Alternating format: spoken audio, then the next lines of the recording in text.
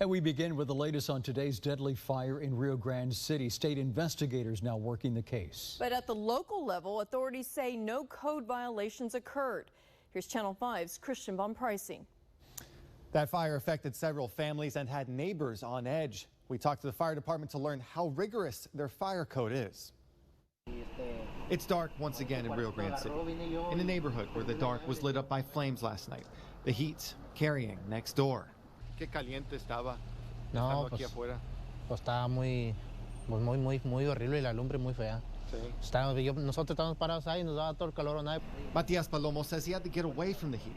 The flames just over the fence next door threatened his family and his home.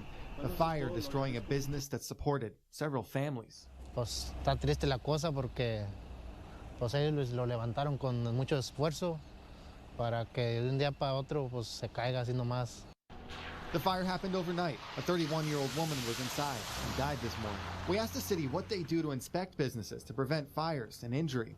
Fire Chief Manuel Muniz says all businesses are subject to an initial fire inspection when they open.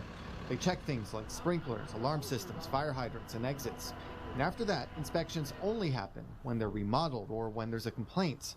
He says this business wasn't in violation of the fire code. The family who owns this property told us the woman who died sometimes would spend the night there. The chief says that's not against fire code. We don't come and do, oh, you live in there. We don't recommend it. It's not a requirement not to. We don't recommend nobody ever living at a place, The city tells us there may be other codes preventing a permanent dwelling inside a business. For this neighborhood, Lo único que hicimos es pues salvar nuestras vidas también. a terrible night is over. Everyone wants to move on. And the fire chief also wants to remind the public opening windows or doors on burning buildings can make a situation worse, even if people want to help.